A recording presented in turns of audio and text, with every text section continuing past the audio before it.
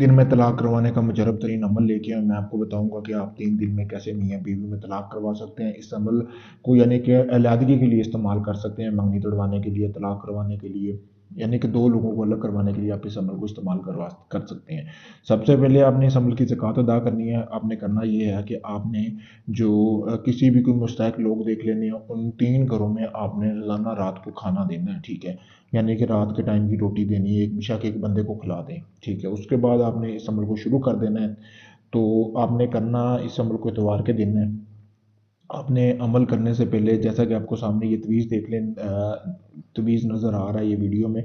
इस तवीज़ को आपने आपने करना ये है कि जो औरत है, मर्द और औरत, उनकी इकट्ठी तस्वीर होनी चाहिए एक साथ। उसकी तस्वीर के ऊपर आपने ये तवीज़ बना लेना है पिछली साइड पे, ठीक है। और आपने इसको बनाना कैसे है, उल्लू के खून से आपने ये सारा तवीज़ बनाना है।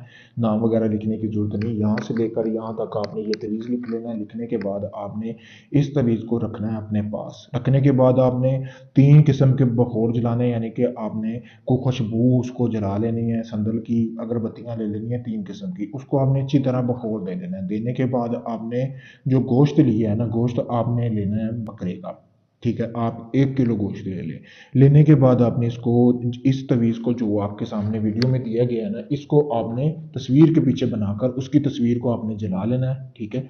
जलाने के बाद आपने करना ये है कि जैसे ये तस्वीर जल जाएगी, एक कटोरा लेना है, इस तरह का बिल्कुल साफ कटोरा होना चाहिए। उसमें आपने इसकी राख जो है वो जमा कर लेनी है। जमा करने के बाद जो गोश्त लिया है ना, उसको आपने कनाली में डाल लेना है। कनाली में गोश्त डालने के बाद आपने इसकी जो राख है ना, उस गोश्त को अच्छी तरह लगा लेनी है। लगाने के बाद आपने सुइयाँ लेनी है। सुई जैसे कि धागे वगैरह वाली होती है, या आप इस तरह की भी सुइयाँ ले लें।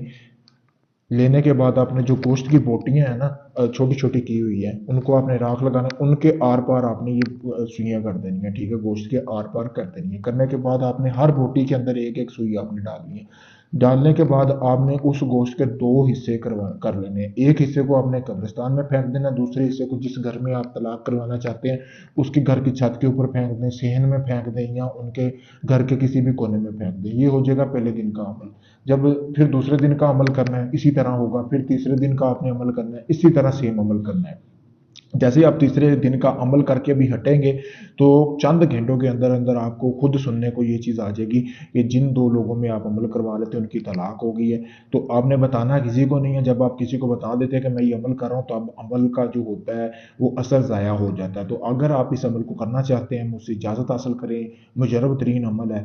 आपने अमल को करना, इजाज़त लेके करेंगे तो आपको इसमें कामयाबी मिलेगी। अगर ये आप अमल मुझसे करवाना चाहते हैं, आप कहते हैं सारा अमल मैं करूँ और तलाक हो जाए, आपको कुछ भी ना करना पड़े, तो आप मुझसे भी रब्ता कर सकते हैं। आप चाहे दुनिया किसी भी कोने में, पाकिस्तान में, इंडिया में, कनाडा में, दुबई में, कहीं भी अपना कोई भी जायज़ नजायज़ काम करवाने के लिए रब्ता कर सकते हैं। सास ससुर को काबू करने के लिए, मियाँ को काबू करने के लिए, रूठे हुए महबूब को बनाने के लिए, या इस तरह का कोई भी आपका काम हो, आप किसी वक्त हमसे रब्ता कर सकते हैं। शुक्रिया दोस्तों।